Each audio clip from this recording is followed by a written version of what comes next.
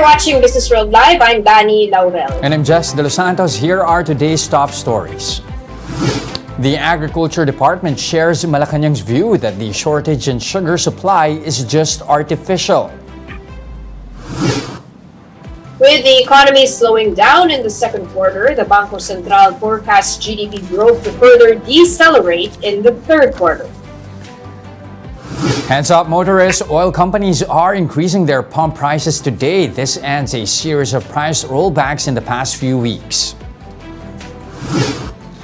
And the Department of Budget and Management boosts the allocation for agriculture spending in the proposed 5.268 trillion peso 2023 budget. Now let's begin our broadcast with the Bangko Sentral expecting economic growth to slow down further in the third quarter. The BSP says the projected deceleration during the July to September period is largely due to external headwinds, including the prolonged war in Ukraine and the slowdown in China and the United States, the Philippine Star reports. Despite this, the Bangko Sentral says domestic GDP would still fall within the 6.5 to 7.5% full-year target set by the government's economic team. The country's GDP growth slowed down to 7.4% in the second quarter. That's from the revised 8.2% expansion recorded in the first 3 months of the year. Now, the Agriculture Department says the retail price of sugar could go down to as low as 60 pesos per kilo if allegedly hoarded supplies seized from warehouses are released to the market. However, former Agriculture Undersecretary Rocadio Sebastian maintains that an urgent shortage in sugar prompted them to sign the controversial import order. Shaila Francisco with the report. After just 2 days of inspection, several agencies led by the customs discovered thousands of sacks of sugar just stored in warehouses around Luzon. Some of these supplies were found in Caloocan, Manila, Pangasinan, Pampanga, and Bulacan. In Giginto, Bulacan alone, 60,000 sacks of sugar were found in 4 warehouses over the weekend. The succeeding inspection led Malacanang to conclude that the shortage experienced in markets is just artificial. This was also the view of Agriculture Department Undersecretary Domingo Panganiban, who questioned why the sugar stocks are left in warehouses for months. Artificial na eh. That is definitely hoarding. Hindi nila labas eh. Yung mga bumibili, ayaw pagbilang. There is a manipulation somewhere. Panganiban notes that if all the supplies discovered by authorities will be released in markets, this could lower the price of refined sugar to 60 pesos a kilo from the current 90 to 100 pesos. Still, Panganiban believes there is still a shortfall but not in the retail market. Totoong may shortfall, pero hindi dapat dito sa commercial ang shortfall. Ang shortfall sa mga industries. Sa retailer, wala eh. Dahil puntak sa lahat ng palengke. Meron. Anyway. The supposed shortage is the reason why Sugar Order 4, allowing the importation of 300,000 metric tons of sugar, was released. In a House hearing, several lawmakers questioned resigned DA Undersecretary Leocadio Sebastian and former SRA Administrator Hermenegildo Serafica over the signing of the Sugar Order without President Bongbong Marcos's approval. The two claimed the order underwent consultation with stakeholders who approved the importation. They said they also informed Malacanang about it and sent the palace a draft memorandum. But after getting no response, they decided to hold a referendum among Sugar Board members. This referendum is illegal, and this stakeholders meeting that you called on is also not authorized by the chairman, who happens to be the president. Sa kayo kumuha ng lakas ng loob? So I find it absolutely out of this world, Madam Chair, na officials within the bureaucracy will have the gall to do this. Serafica admits some protocols were not followed, as some SRA officials were not informed nor consulted about the sugar order. Ang tanong ko lang po is, did you follow your manual? You said, yes. Naguluhan ka lang sa Memorandum Circular number 1. Umiiwas ka eh. Ang tanong ko lang, did you follow the protocols? Even without MC number 1, sinunod mo ba yung protocol? Yes or no? No, Your Honor. Serafica and Sebastian also disclosed that they did not wait for the President's official acknowledgement of the order. It was so urgent, Your Honor, that we will be running out of sugar by the end of August. And all the sugar under SO3 is limited only to the industrial companies. I may have misread the intent of the president when I post through with deciding on that matter based on the authorization that was given to me last July 15, 2022. But that's why, Madam Chair, when I realized that I have misread the intention of the president when he disapproved it, I immediately gave my resignation. The former officials will face the Senate Blue Ribbon Committee today. Shaila Francisco, we are One News.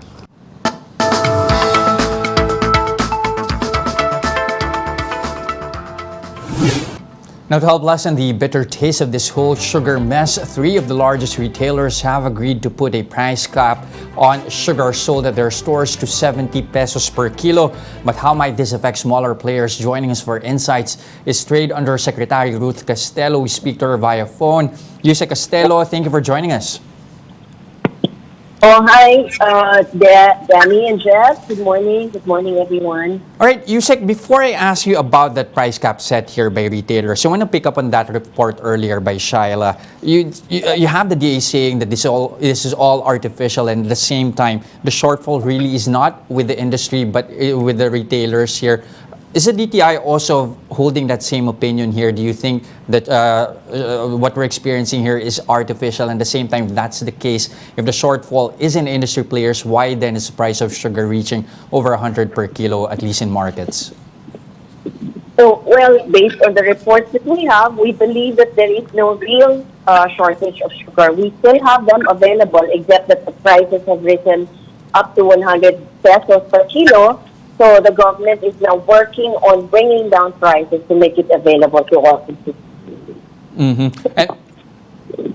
Okay, and given that as well, like what you mentioned earlier, you now have larger supermarkets here putting a price cap on sugar at 70 pesos per kilo. How soon is this going to take effect? How long are they going to keep this price cap? And what happens if, based on your monitoring, prices are still higher? Will penalties be handed out? It's already effective. We have the SM chain of supermarkets and groceries. We have Robinsons and Pure Gold as well. So these large retail chain companies have already started. They have actually rolled out the 70 pesos per kilo of sugar as early as August 19. So it's now available basically in Luzon. So people can start buying 70 pesos of refined sugar per kilo, but we have restrictions as well, which need to be taken note of. There is a purchase limit of 1 kilo per person of sugar at 70 pesos per kilo, and I hope that consumers also will not be surprised to see sugar priced higher than 70 pesos at the same retail stores, because they have certain brands. But they are making sure that 70 pesos per kilo of sugar is also available. But ma'am, how is this going to affect the smaller players? Like, for example, the ones in public markets, will they be forced to sell cheap the stocks that they have already bought at higher prices? Well, they will still continue to have their share of the market. Not everybody who buys in supermarkets would also go to wet market or the smaller retail market. So only those who would choose to get sugar at 70 pesos per kilo may go to the retail chains that we mentioned.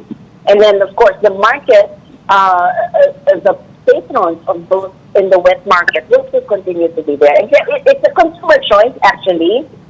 If they want to get 70 pesos per kilo of refined sugar, they can go to these stores, the ones I mentioned, SM, Robinsons, and Pure Gold. But if they probably would not mind spending a little bit more, they can continue to buy in other stores like wet markets and other smaller retail stores. Okay, ma'am, so just to clarify, you're not trying to impose this 70 per kilo on all outlets. It's really just going to be these 3. And if so, why is that? Why not make this standard na lang for all outlets? I'm sorry, I did not get a word. I did not understand it. Yes. Can you hear me properly, ma'am?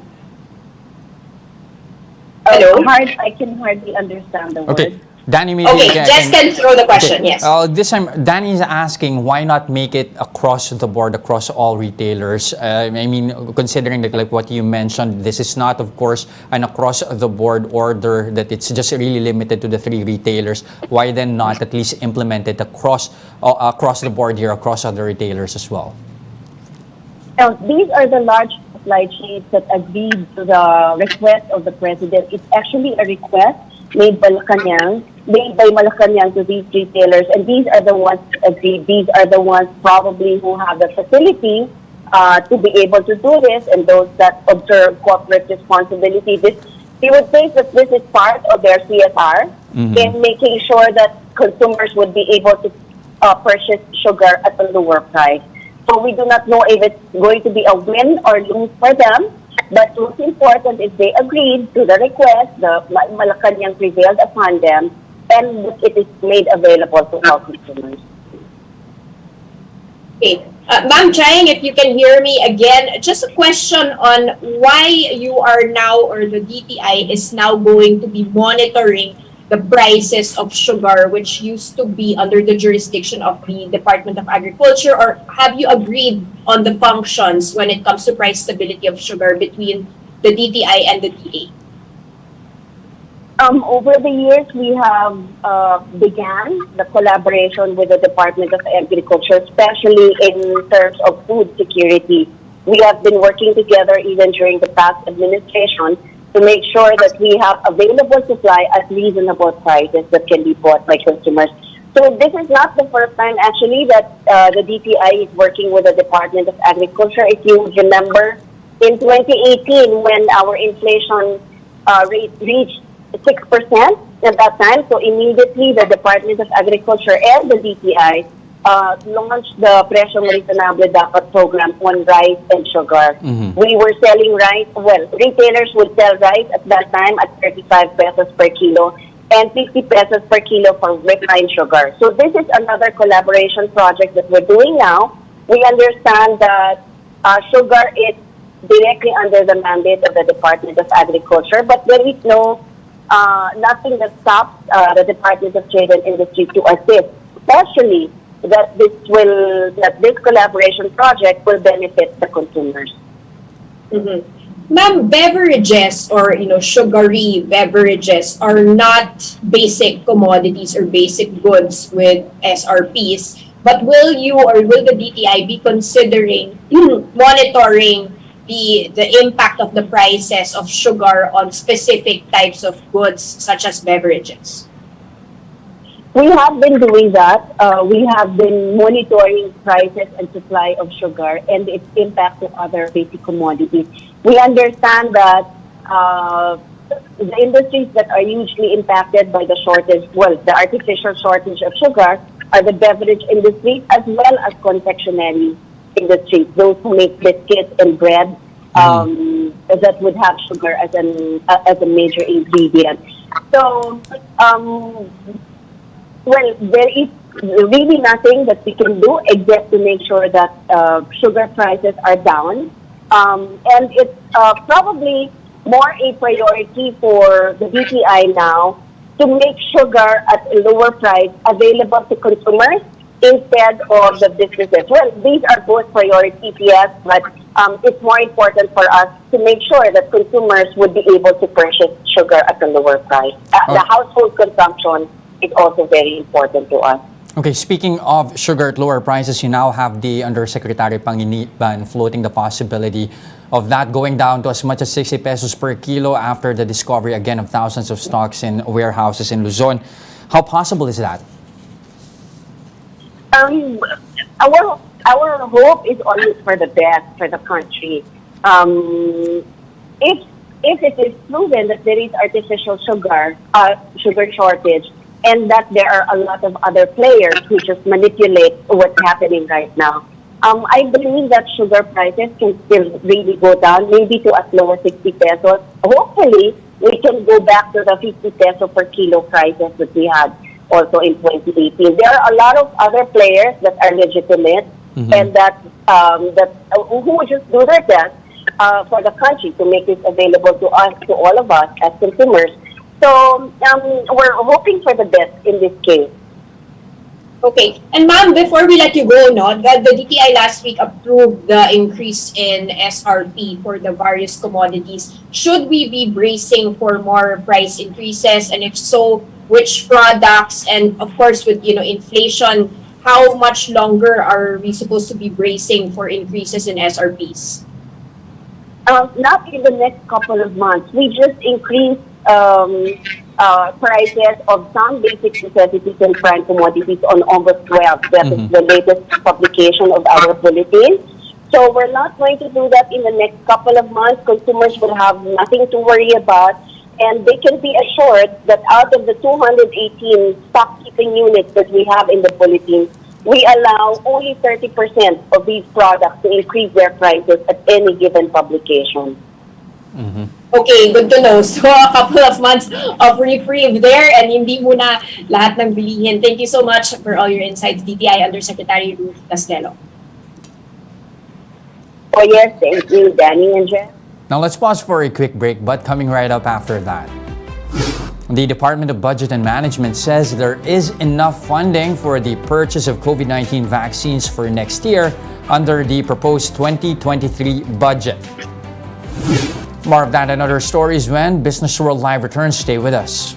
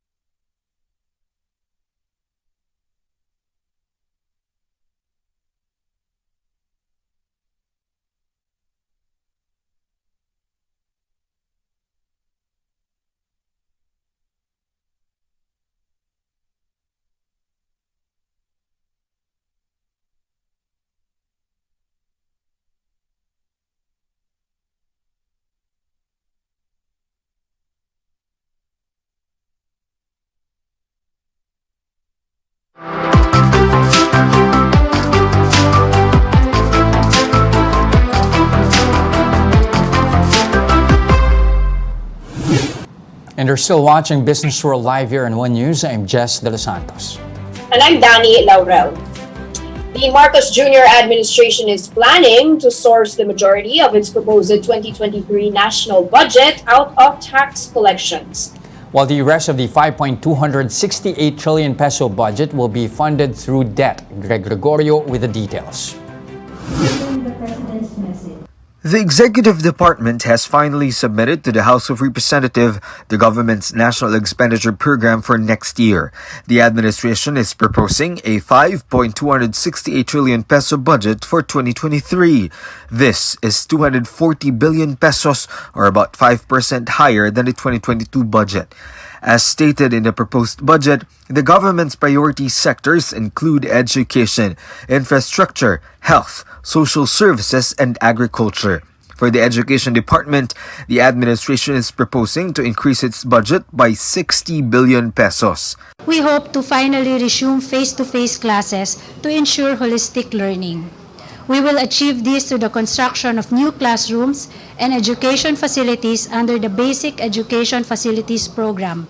However, the proposed budget for the University of the Philippines system is 2.5 billion peso lower than its budget this year. Kabataan Party List Representative Raul Manuel questioned the move, saying, how can the government secure a safe conduct of face-to-face classes when the budget for the education has been cut short? But the DBM argues it is wrong to compare the 2022 approved budget of a department to its proposed budget for 2023. DBM Undersecretary Goddess Libiran says the 2022 approved budget for the UP system includes one-time high allocations which include infrastructure projects and supplies for the Philippine General Hospital, which is also under the UP system. The DBM added that they based their budget allocation on their respective absorptive capacity or their ability to utilize their budget at a given time frame. And UP's absorptive capacity is only at 66% as of 2021. DOH Officer in Charge Maria Rosario Vergere, meanwhile, vowed to help the PGH to lobby for a higher budget next year after it received an 800 billion peso budget cut for 2023. Kailangan ma-realize ng ating mga lawmakers na ang Philippine General Hospital, yan yung premiado na ospital na gustong tularan ng ibang gobyernong ospital because services are complete and the services are of quality. So tulungan natin ang UP para makapaglabi ng additional funds. And as for the Department of Health, the DBM assures that there is enough allocation for the procurement of COVID-19 vaccines until next year. Meanwhile, the Agriculture Department is set to receive a 39% bump in its budget allocation for next year to ensure food security and to fund the government's National Rice Program. And as for the DSWD, the biggest chunk of its budget will be allocated to the Pantawid Pamilyang Pilipino program or 4Ps. But with this much budget, the question now is how will the government fund it? The DBM says that half or 3.6 trillion of the proposed budget will be generated from the tax revenues, while the other will be sourced through borrowings. And a small portion will be, of course, the usual privatization, and then deficit financing through borrowing, which are calibrated so that we, of course, meet the fiscal targets for next year. The House of Representatives looks to start committee hearings on the proposed budget by August 25. For News 5, Greg Gregorio, we are One News.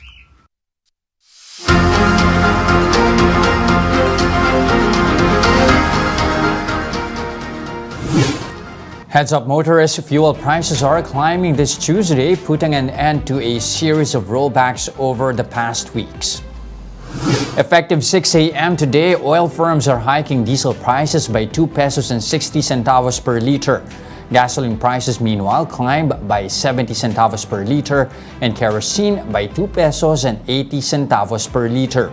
This week's price hikes in 7 consecutive weeks of price rollback for diesel and 2 consecutive weeks for gasoline. And in other news, provinces in Luzon have suspended classes today due to a tropical storm Florita. Tropical cyclone wind signal number 3 is raised over the southern portion of Babuyan Islands, the northern and eastern portion of mainland Cagayan, and the eastern portion of Isabela. Signal number 2 is hoisted over parts of northern Luzon, including Apayao, Abra, Kalinga, and the Ilocos region. The complete list of areas under signal number 2 is flashed on your screen. Meanwhile, some areas in Luzon, including the eastern portions of Tarlac, Pampanga, Bulacan, and Rizal, are under signal number 1. The entire list of areas under signal number 1 is now flashed on your screen. As of 7 a.m. this morning, TS Florita was spotted over the coastal waters of Palanan, Isabela. It is expected to bring heavy to intense rains over Cagayan, Isabela, the Cordilleras, Ilocos, and Zambales. With the combined effects of the southwest monsoon, TS Florita is also bringing rain over the rest of Luzon and western Visayas. Pag-asa expects Tropical Storm Florita to continue to move generally northwestward. It is forecast to make landfall in the vicinity of northern Isabela today and exit the Philippine area of responsibility tomorrow morning.